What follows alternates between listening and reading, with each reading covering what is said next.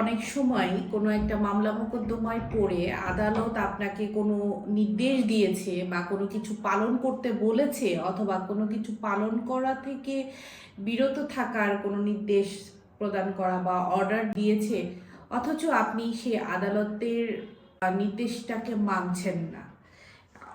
অনেক সময় আমাদের সমাজে অনেক মানুষের একটা ধারণা থাকে যে এটা একটা আদালতের কাগজে রায় বা কাগজে অর্ডার, এটার তো কোনো গুরুত্ব নেই, এটা আমি মানতে বাধ্য না, বা আমি এটাকে কোনো আপনি ভ্রুক্ষেপই করছেন না।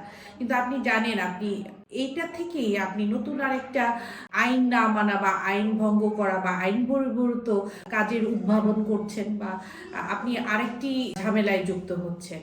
আর এটিকেই কিন্তু বলে আদালত অবমাননা, বা ইংরেজিতে বলে কন্টেম্পট অফ কোর্ট। যে আদালত আপনাকে যে নির্দেশ দিয়েছে কোনো কিছু করা বা করা থেকে বিরত থাকা, সেটা না পালন করা, সেটাই হচ্ছে আদালত অবমাননা। তো আদালত অবমাননা হলে কি হতে পারে? আদালত বিভিন্ন অবমাননার কাজগুলো বিভিন্নভাবে হতে পারে। যেমন ধরেন যে কোনো একটা মামলায় আপনাকে সিম্পলি প্রথমে সমন দিয়েছে, সমনটা আদালতের একটা চিঠি, আপনি হাজির হলেন না, তাহলে একটা অবমাননা হয়ে গেল। তখন কি করবে আদালত? তখন আপনার বিরুদ্ধে কিন্তু ওয়ারেন্ট জারি করে দিবে যে পুলিশ আপনাকে গ্রেফতার করে নিয়ে আসবে।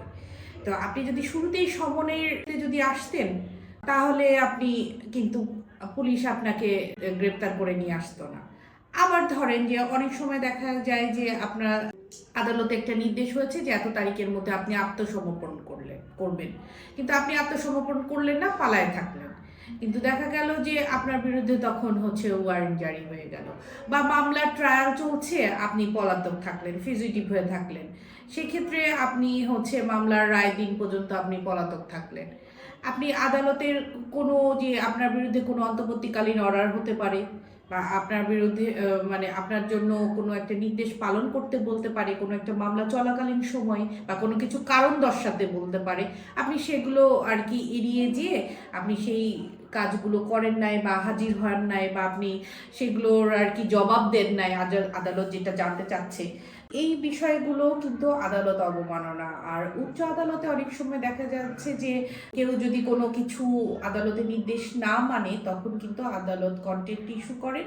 কন্টেম্পট ইস্যু করে তখন কোর্টের কাছে তাকে হয় কারণ দর্শাতে হতে পারে বা ক্ষমা করতে পারেন। কোর্ট যদি মনে করেন তিনি ক্ষমার যোগ্য, তাহলে আপনি ক্ষমা পাবেন। যদি মনে করেন যে না, ক্ষমা পাবেন না, তাহলে তার বিরুদ্ধে আর কি শর্ত আরোপ হয় বা কোনো দণ্ড আরোপ হতে পারে।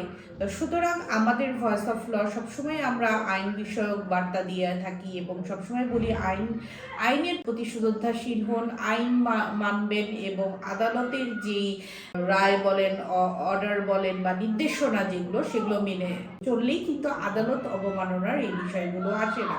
আর একজন আপনি নাগরিক হিসেবেও কিন্তু আপনি আদালতের কে অবমাননা করবেন বা এড়িয়ে চলবেন, এই বিষয়টিও কিন্তু একজন সচেতন নাগরিকের কোনো কাম্য হতে পারে না। তো আজকে এটুকুই। ধন্যবাদ।